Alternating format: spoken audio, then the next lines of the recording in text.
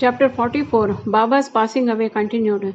Preparation, Samadhi Mandir, breaking of the brick, 72 hours Samadhi, jokes, sannyas, Baba's nectar like words. Chapter 43 and 44 continue the story of Baba's passing away, and therefore they are taken together. Previous preparation. It is the general practice amongst the Hindus that when a man is about to die, some good religious scripture is read out to him with an object that his mind should be withdrawn from worldly things and fixed in spiritual matters, so that his future progress should be natural and easy. Everybody knows that when King Parikshit was cursed by his son, son of a Brahmin rishi, and was to die after a week, the great sage Shukadev expounded to him the famous Bhagavad Puran in that week.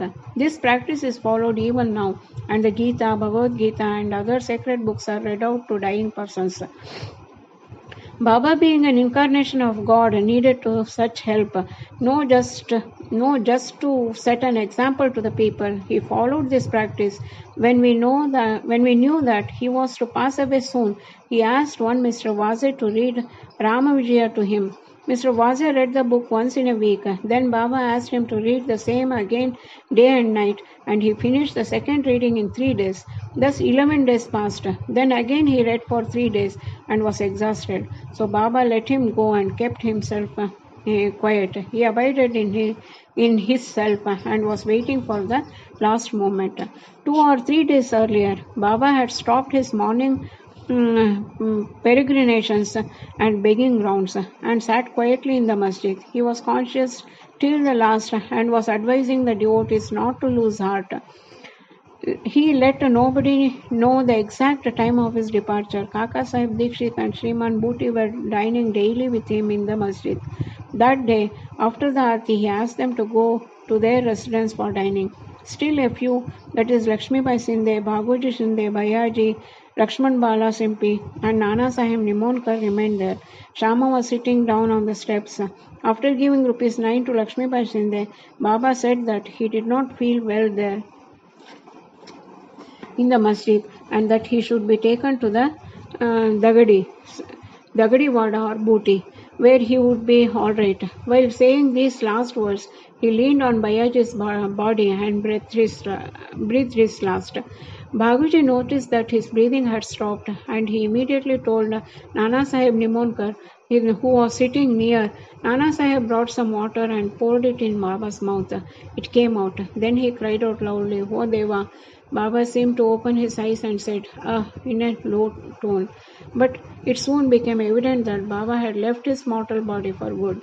The news of the Baba's passing away spread like wildfire in the village of Shirdi, and all the people, men, women, and children, ran to the masjid and began to mourn this loss in various ways. Some cried out loudly, some wallowed on, and some fell down senseless in the streets. Tears ran down from the eyes of all, and everyone was filled with sorrow. Some people started remembering the words of Sai Baba. Somebody said that Maharaj told his devotees that in time to come he would appear as a lad of 8 years in the Krishna avatar. Chakrapani, Lord Vishnu, performed this very deed. Krishna appeared before Devaki in the prison as a lad of 8 years, who had brought bright complexion and who wielded weapons in his forearms. In that incarnation, he, Lord Krishna, lightened the burden of the earth. This incarnation, Sai Baba, was for the uplift of his devotees. Then where is the reason for the doubt? The ways of the saints are really inscrutable. This contact of Sri Sai Baba with his devotees is not only one generation, but it is for the generation last 72 generations. Generating such ties of love, it appears that Maharaj Sai Baba has gone for tour, and the devotees had a firm belief that he will return soon. Then the question arose, how to lay Baba's body to rest. Some Mohammedans said that the body should be interned in an open space and a tomb built over it. Even Hushar Chand and Amir Shakkar shared this opinion, but Ramachandra Patil, the village officer, said to the villagers with a firm and determined voice, "Your thought is not acceptable to us. Baba's body should be placed nowhere except in the Wada." Thus, people were divided on this point, and discussion regarding this event went on for 36 hours. On Wednesday morning, Baba appeared to Lakshman Mama Joshi in his dream and drawing him by his hand said, "Get up soon, Bapu Sahib thinks that I am dead and so he won't come.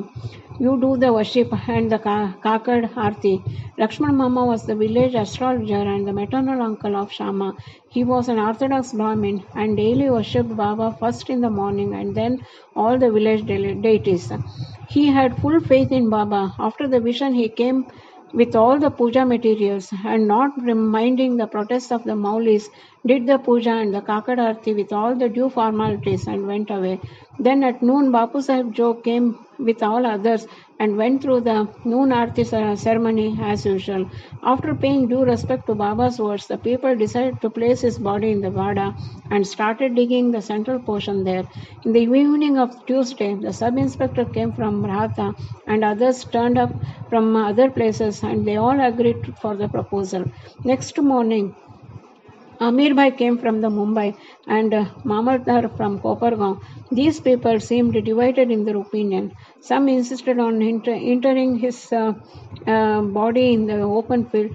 The Mamadar therefore took a general plebiscite and found that the proposal to use the Vada secured double the number of votes. He, however, wanted to refer the matter to the collector, and Kaka Sahib Dikshit got himself ready to go to Ahmednagar.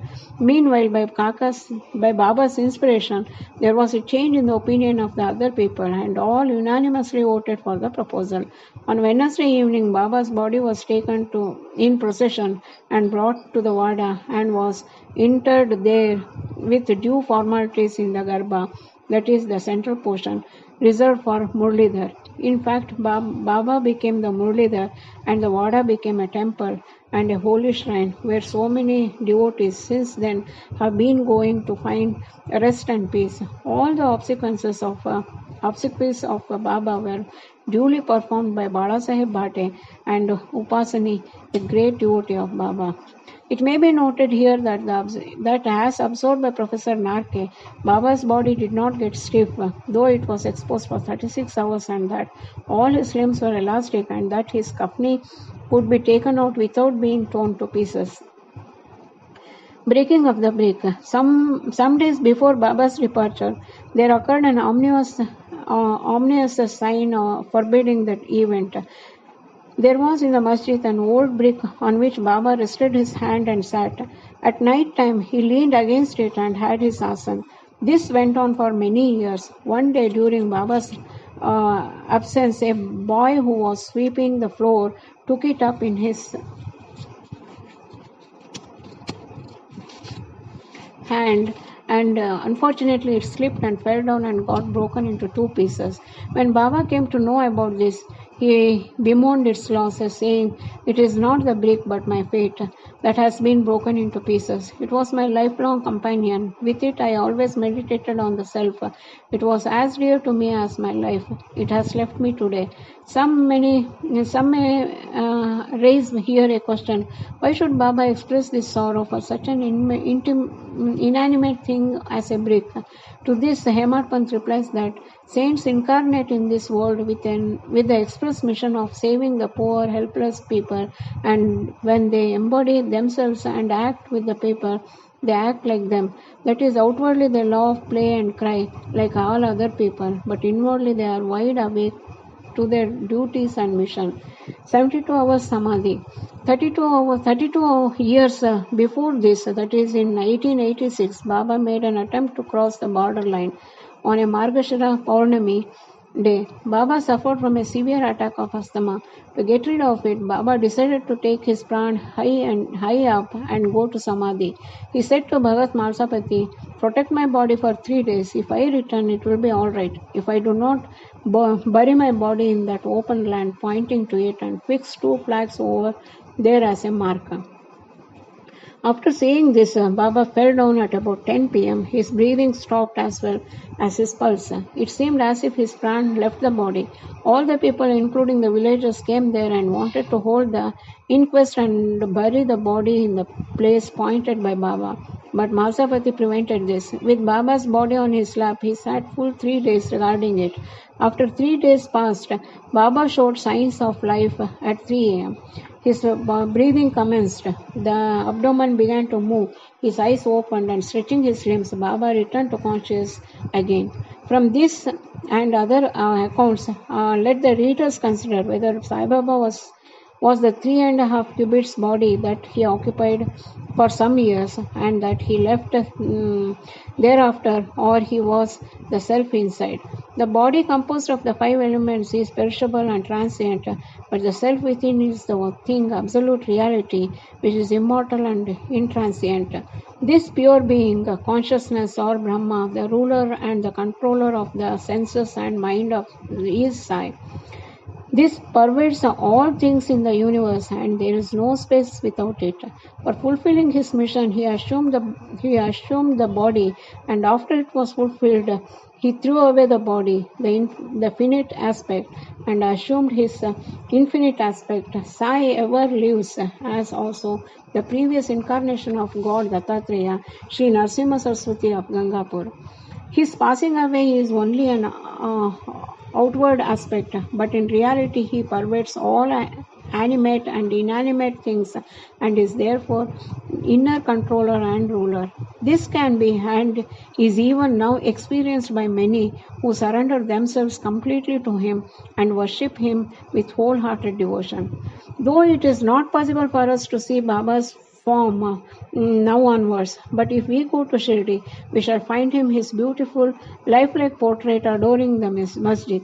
This has been drawn by Shamrao Jakar, a famous artist and well-known devotee of Baba. To an imaginative and devout spectator, this portrait can give even today the satisfaction of taking Baba's darshan.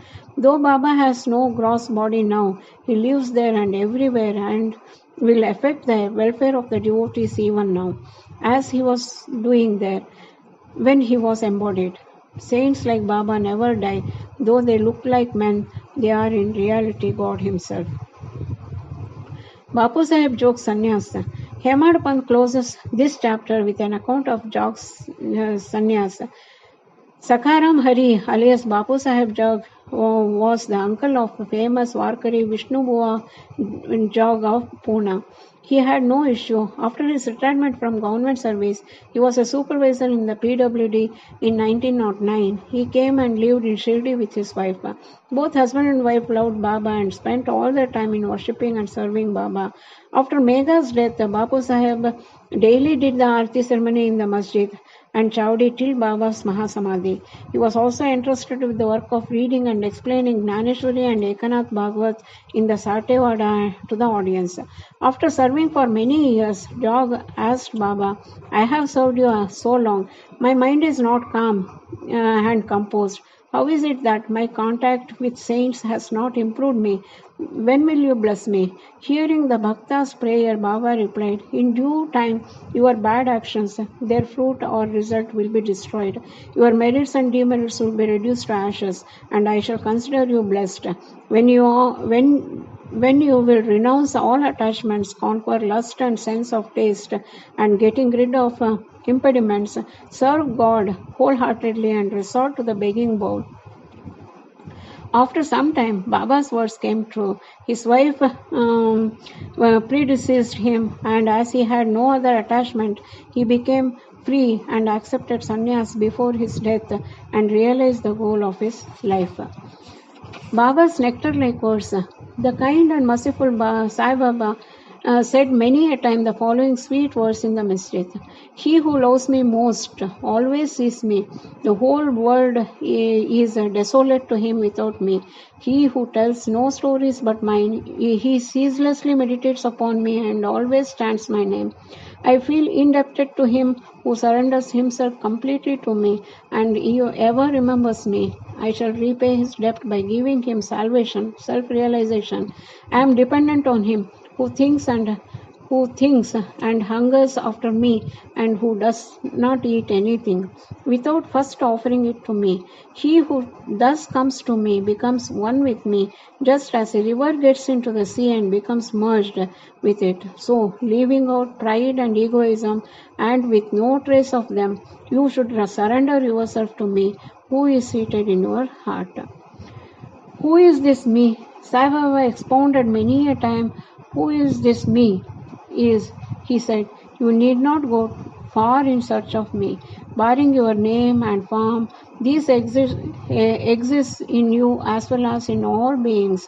A sense of being or consciousness of existence. That is myself. Knowing this, you see me inside yourself as well as in all beings. If you practice this, you will realize all perverseness and thus attain oneness with me. Hemad Pant therefore requests the readers humbly and lovingly that they should love and respect all gods, saints, and devotees. Has not Baba often said, he who carves and cavils at others pierces me in the heart and injures me, but he that suffers and endures pleases me most. Baba thus pervades all beings and creatures. He likes nothing but love to all beings. Such nectar, pure, auspicious ambrosia, always flowed from Baba's lips. He therefore concludes, those who lovingly sing Baba's fame and those who hear the same with devotion, both become one with Sai. Bo to Sri Sai. Peace be to all.